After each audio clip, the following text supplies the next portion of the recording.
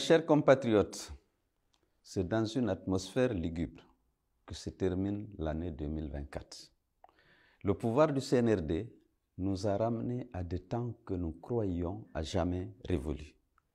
Kidnapping, disparition forcée de citoyens, assassinat, confiscation des libertés fondamentales, bâillonnement de la presse, autrement dit, une politique de la terreur, caractéristique des régimes totalitaires.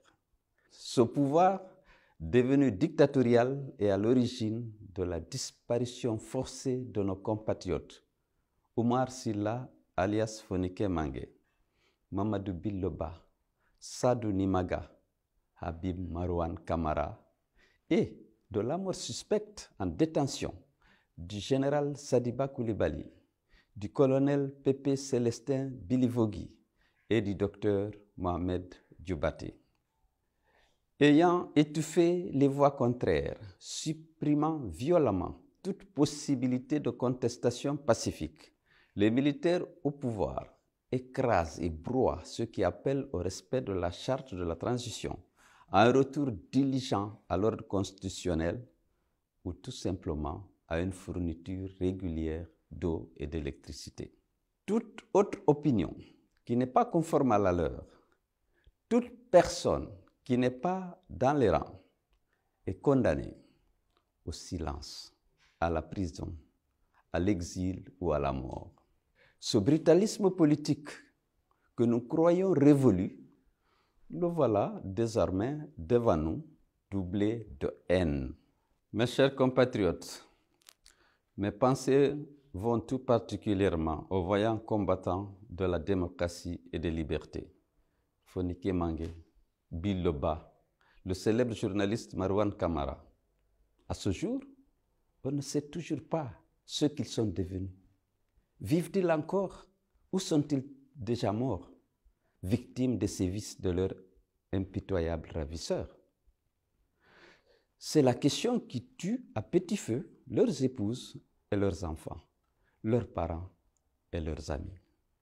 C'est la question qui angoisse aujourd'hui les honnêtes citoyens qui ne savent plus s'ils seront kidnappés à leur tour en revenant du boulot, de la mosquée ou du marché. J'ai une pensée pieuse pour les victimes innocentes du drame inqualifiable survenu à Zérékoré, où des centaines d'enfants, de femmes et de jeunes ont péri dans des conditions atroces parce que la junte a décidé d'utiliser le sport comme vecteur de propagande. Je tiens également à honorer la mémoire des 63 de nos compatriotes abattus par balle parce que simplement, ils ont voulu exercer un droit inscrit en bonne place dans la charte de la transition pour exiger la fourniture régulière d'électricité ou le respect par la junte de ses engagements librement pris. Je pense aux nombreux journalistes et à la centaine d'employés qui sont contraints au chômage suite à la fermeture arbitraire des radios et télévisions Espace FM, Dioma et Film FM.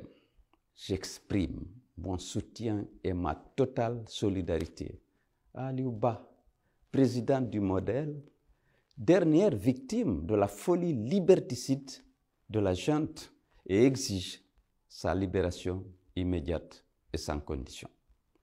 Mes chers compatriotes, je tiens à dénoncer avec fermeté l'expulsion injustifiée de citoyens sierra-léonais sous prétexte de lutter contre la criminalité.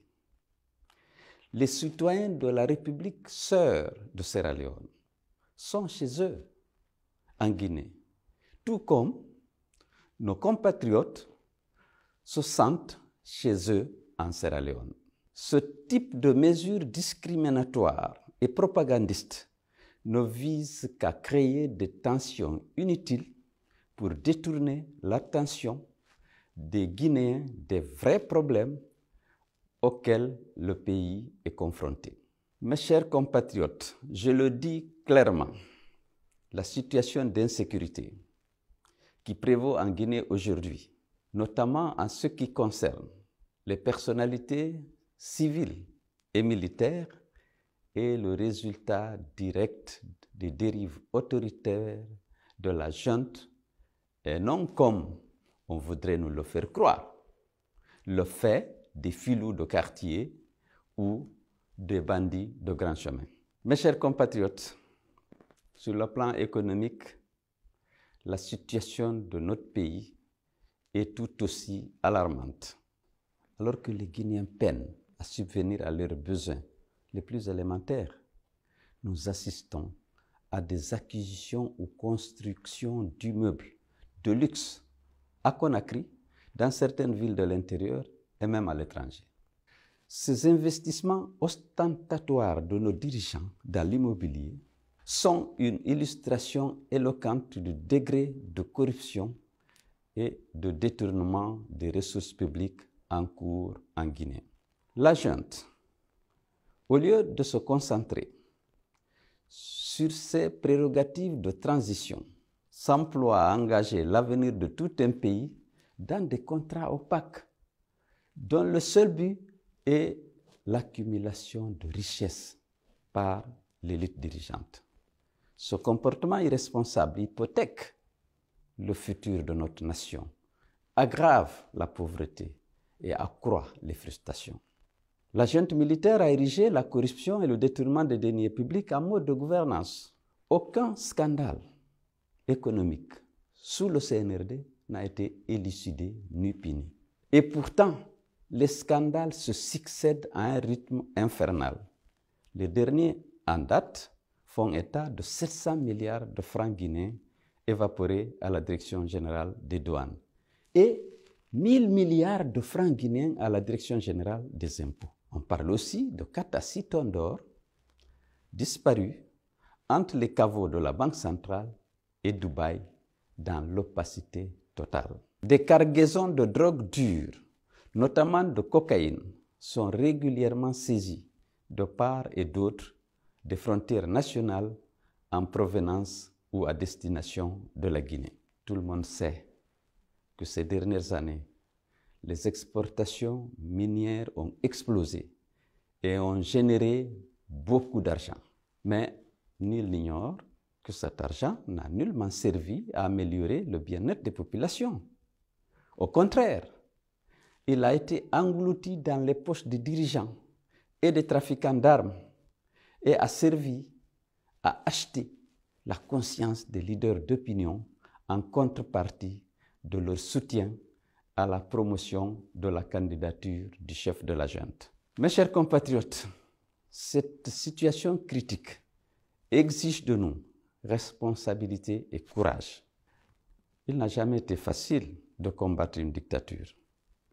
La réponse au recours systématique à la violence et à la force exige de notre part une solidarité renforcée autour de l'idéal commun de reconquérir nos droits et libertés.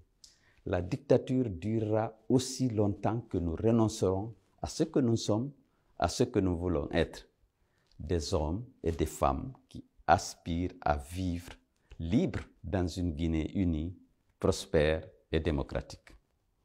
Oui, le prix à payer pourra être lourd, car nous faisons face à ceux qui n'entendent et ne comprennent que le langage de la force.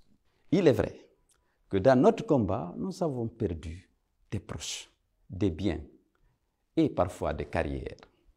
Je comprends ceux qui pensent qu'il faut tout arrêter et attendre la prochaine transition. Mais je comprends mieux nos compatriotes qui appellent à un changement d'attitude et de stratégie pour continuer la lutte. À toutes et à tous, je voudrais dire avec une forte conviction que nos morts ne seront pas morts pour rien, que notre lutte a encore tout son sens. C'est dans l'adversité que nous puisons notre force et que se renforce nos convictions pour la liberté, la justice et l'égalité. N'acceptons pas que le CNRD nous fasse reculer. Opposons à l'intimidation et à la violence du CNRD notre détermination à affranchir la Guinée de la malédiction de la violence. En ce qui me concerne, je sais que certains tentent d'utiliser mon exil pour s'aimer le doute parmi vous. Mais je tiens à vous rassurer. Mon engagement pour la Guinée et pour l'instauration de la démocratie et de l'état de droit dans notre pays reste intact. De l'extérieur, je continue de mener le combat avec la conviction que la victoire sera nôtre. Je rentrerai en Guinée le moment venu et ce n'est pas à ceux qui cherchent à affaiblir notre parti et notre combat de décider de mon agenda. C'est l'occasion pour moi de rendre un hommage appuyé aux militants et responsables de l'UFDG, qui sont tous restés fidèles au parti, malgré les campagnes d'intimidation et d'achat de conscience qui les visent particulièrement. Leur fidélité au parti et leur travail acharné pour ce rayonnement dans un contexte extrêmement difficile méritent notre reconnaissance. L'UFDG est aujourd'hui plus forte que jamais parce que le parti est resté fidèle à ses valeurs et uni face à l'adversité. Et cette force a été de nouveau mise en évidence lors du renouvellement récent de ces fédérations à l'intérieur et à l'étranger. Mes chers compatriotes, Mamadi Doumbouya ne se cache plus. Mamadi Doumbouya ne se retient plus. C'est le viol constant de la morale, le mépris de la vie humaine. C'est la terreur au grand jour. Cet officier que nous avions applaudi pour nous avoir promis une transition brève et respectueuse des droits humains et des libertés fondamentales, ainsi qu'un retour rapide à l'ordre constitutionnel, est devenu l'homme du parjure et du renoncement. Cet homme nous avait promis que la justice serait sa boussole. Il nous avait juré que personne, ni lui, ni ses collaborateurs, ne se porteraient candidats aux élections organisées pour le retour à l'ordre constitutionnel. Aujourd'hui, il foule au pied la charte de la transition. Il trahit sa parole donnée. Il renie son serment d'officier. Il ne respecte ni le chronogramme qu'il a imposé, ni l'accord conclu avec la CEDEAO. Il est clair aujourd'hui pour l'ensemble de Guinéens qu'il n'a qu'une seule idée en tête: conserver et consolider par la force et la ruse le pouvoir qu'il a pris par les armes. C'est ce qui explique les violations récurrentes de la charte de la transition, notamment l'interdiction des manifestations dans les rues et sur les places publiques, le bâillonnement de la presse, l'assassinat impuni de plus de 60 manifestants, les disparitions forcées de citoyens et la mort suspecte en détention de plusieurs personnalités civiles et militaires. Mes chers compatriotes, le contrat liant le CNRD au peuple de Guinée expire aujourd'hui le 31 décembre 2024. Sa légitimité déjà érodée est désormais caduque. Je déclare ici, devant vous, avec la plus grande fermeté, nous ne reconnaîtrons plus aucune légitimité au CNRD après aujourd'hui, date qui marque la fin annoncée de la transition. La junte militaire, n'ayant respecté aucun de ses engagements pris devant le peuple de Guinée et la communauté internationale, il est plus que jamais vital que nous prenions collectivement nos responsabilités pour mettre un terme définitif à cette transition militaire qui n'aura apporté que malheur et désolation à notre peuple.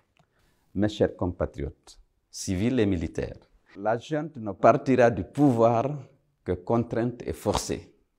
Cela, tous les démocrates doivent se le convaincre. Ce régime a passé 3 ans à ruser et croit pouvoir gagner en terrorisant le peuple et en corrompant les élites. Restons mobilisés pour le grand combat qui nous attend. Et nous demandons à tous les démocrates de ce pays, au-delà des forces vives, de faire front pour l'intérêt supérieur de la nation. La junte doit partir. Au-delà du 31 décembre 2024, son pouvoir serait une provocation, un défi au bon sens, un pied de nez adressé à notre peuple, à notre armée républicaine et à la CEDEAO. Mobilisons-nous donc, civils et militaires, et battons-nous à partir du 6 janvier jusqu'à la victoire finale, parce qu'il s'agit de l'avenir de notre pays. Mes chers compatriotes de l'intérieur et de l'étranger, je voudrais maintenant vous adresser à toutes et à tous mes meilleurs vœux de bonne et heureuse année. Je souhaite ardemment que cette nouvelle année soit porteuse d'espoir et de renouveau, aussi bien pour vous personnellement que pour l'ensemble de la nation. Que 2025 vous offre à tous les possibilités d'une vie meilleure, le bien-être matériel et la santé pour chacun d'entre vous, la paix dans vos cœurs, la paix dans vos demeures, et pour notre pays tout entier, la concorde et le bon sens qu'exigent les terribles défis auxquels il est confronté. Vive la Guinée, vive la démocratie, je vous remercie.